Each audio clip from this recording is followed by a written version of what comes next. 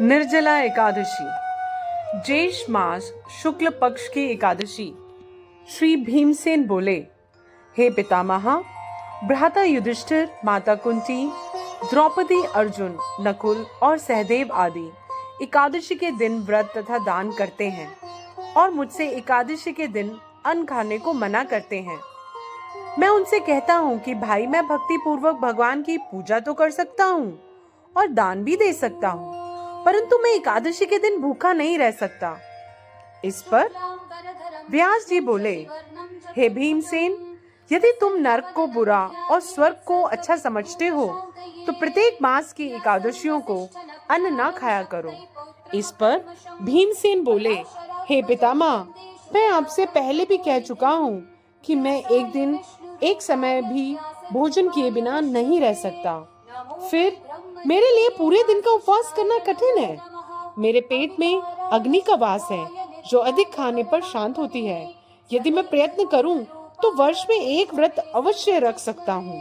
अतः आप मुझे कोई एक ऐसा व्रत बताइए जिससे मुझे स्वर्ग की प्राप्ति हो। श्री व्यास जी बोले कि हे वायुपुत्र, बड़े बड़े ऋषि और महर्षियों ने बहुत से शास्त्र आदि बनाए हैं। यदि कलयुग में मनुष्य उन पर आचरण करे तो अवश्य ही मुक्ति को प्राप्त होता है। उनमें धन बहुत कम खर्च होता है। उनमें से जो पुराणों का सार है उसे कहता हूँ। मनुष्य को दोनों पक्षों की एकादशियों का व्रत करना चाहिए, इससे उन्हें स्वर्ग की प्राप्ति होती है। श्री व्यास जी के वचनों को सुनकर भीमसेन नरक में जाने के कारण अत्यंत भयभीत हुए और लता के समान कांपने लगे। वे बोले, हे पितामह, अब मैं क्या करूं, क्योंकि मुझसे व्रत नहीं हो सकता। अतः आप मुझे कोई एक व्रत बतलाइए जिससे मेरी मुक्ति हो जाए।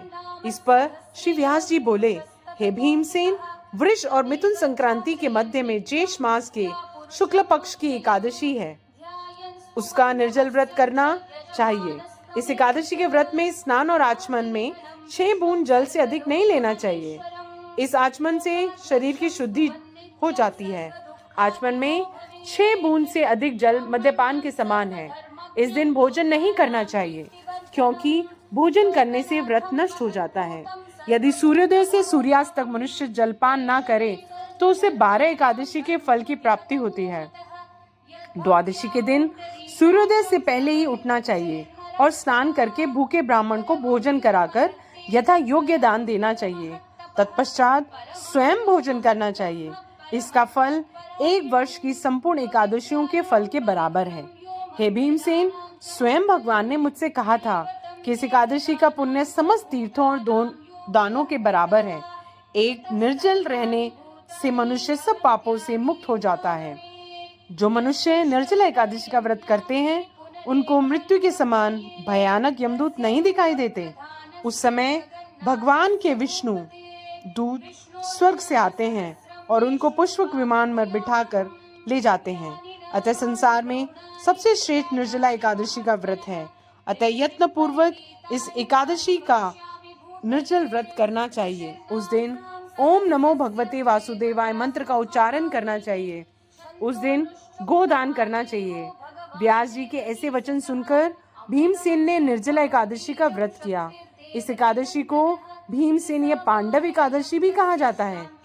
निर्जल व्रत करने से पहले भगवान की पूजा करनी चाहिए और उनसे विनय करना चाहिए कि हे भगवान, आज मैं निर्जल व्रत करना चाहता हूँ या चाहती हूँ और इसके दूसरे दिन भोजन करूँगा या करूँगी। मैं इस व्रत को श्रद्धा पूर्वक करूँगा, उससे मेरे सब पाप नष्ट हो जाएं। इस निर्जल एकादशी के व्रत से मनुष्य अंत में विष्णु लोक को जाता है। जो मनुष्य इस दिन यज्ञ होम आदि करते हैं उनके फल का वर्णन नहीं किया जा सकता। जो मनुष्य इस दिन अन्न खाते हैं उन्हें चांडाल समझना चाहिए। वे अंत में नरक में जाते हैं। ब्रह्म हत्यारे, मद्यपान करने वाले, चोरी करने वाले, गुरु से द्वेष करने वाले, असत्य बोलने वाले इस व्रत को करने से स्वर्ग को जाते हैं। हे कुंती पुत्र, जो पुरुष या स्त्री इस व्रत को श्रद्धा पूर्वक करते हैं उनके निम्नलिखित कर्तव्य हैं।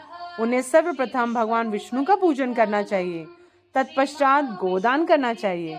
उस दिन ब्राह्मणों को दक्षिणा, मिष्ठान आदि देना चाहिए।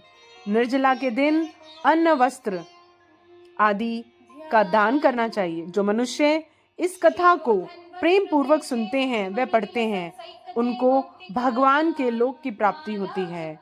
भगवान विष्णु के चरणों में स्थान प्राप्त होता है, जो हमारे जीवन का वास्तविक लक्ष्य है। विष्णु भक्ति, कृष्ण भक्ति ही हमारे जीवन का वास्तविक लक्ष्य है, और उसके लिए ये बहुत ही आवश्यक है कि हम यम, नियम, दान, आसन, प्रत्येक विधि का पालन विधि पूर्वक करके हम भगवान को समर्पित करें, और निर्जला एकादशी के दिन संकीर्तन करें, कीर्तन करें, गायन करें, भगवान के विष्णु सहस्त्र नामों का उच्चारण करें, और भगवान की पूजन इत्यादि से सेवा करें। हरे कृष्णा। शांताकारं भुजगशयनं पद्मनाभं सुरेशं